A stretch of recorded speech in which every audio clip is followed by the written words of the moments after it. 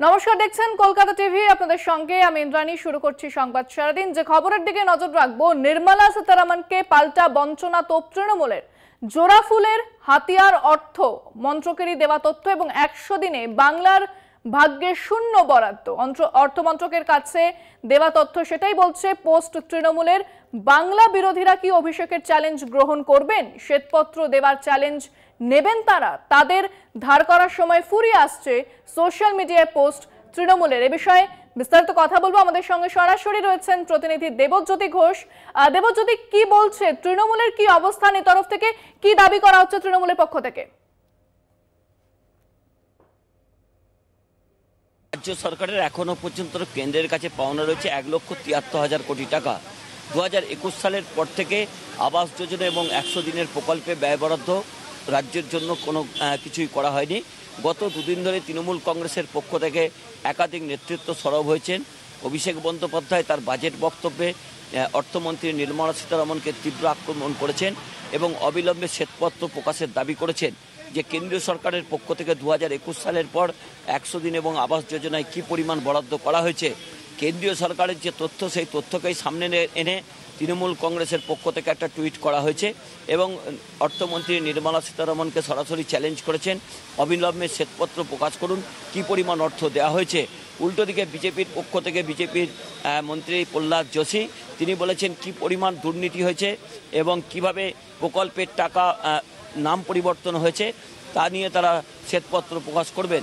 অর্থাৎ তৃণমূল কংগ্রেসের পক্ষ থেকে যে রাজনৈতিক আন্দোলন হচ্ছে, যা একেবারে কলকাতা থেকে দিল্লির উপকণ্ঠ পর্যন্ত গেছিল অভিষেক বন্দ্যোপাধ্যায়ের নেতৃত্বে, তারপরেও কিন্তু কেন্দ্রীয় সরকারের পক্ষ থেকে রাজ্য সরকারের যে বকেয়া পাওনা সেই ব্যাপারে কোনো আগ্রহ দেখানো হচ্ছে না। এবং সদ্য যে বাজেট পেশ হয়েছে সেই বাজেটেও কিন্তু রাজ্য সরকারকে 100 দিনের প্রকল্প এবং আবাস যোজনায় কোনো টাকা দেওয়া হয়নি। তা নিয়ে তীব্র প্রতিক্রিয়া তৃণমূল কংগ্রেসের পক্ষ থেকে অভিষেক বন্দ্যোপাধ্যায় গতকাল দিয়েছিলেন এবং আজও তৃণমূল কংগ্রেসের পক্ষ থেকে সোশ্যাল মিডিয়ায় তারা একটা তথ্য সামনে এনেছেন। সেখানে কেন্দ্রীয় সরকারের দেওয়া তথ্যকেই তারা সামনে এনেছেন। সেখানে পরিষ্কার দেখা যাচ্ছে যে কেন্দ্রীয় প্রকল্পে কোনো টাকা কিন্তু রাজ্য সরকার পায়নি। সেটাকেই হাতিয়ার করে তারা তৃণমূল কংগ্রেসের পক্ষ থেকে অর্থমন্ত্রী নির্মলা সীতারমনকে চ্যালেঞ্জ করেছেন শ্বেতপত্র প্রকাশের জন্য।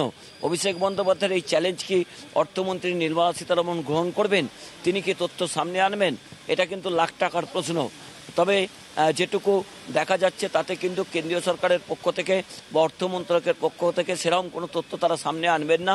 উল্টো দিকে কেন্দ্রীয় প্রকল্পের টাকা কিভাবে দুর্নীতি হয়েছে, কিভাবে নাম পরিবর্তন করা হয়েছে, সেই তথ্যই তারা সামনে আনবার কথা প্রকাশ করছেন।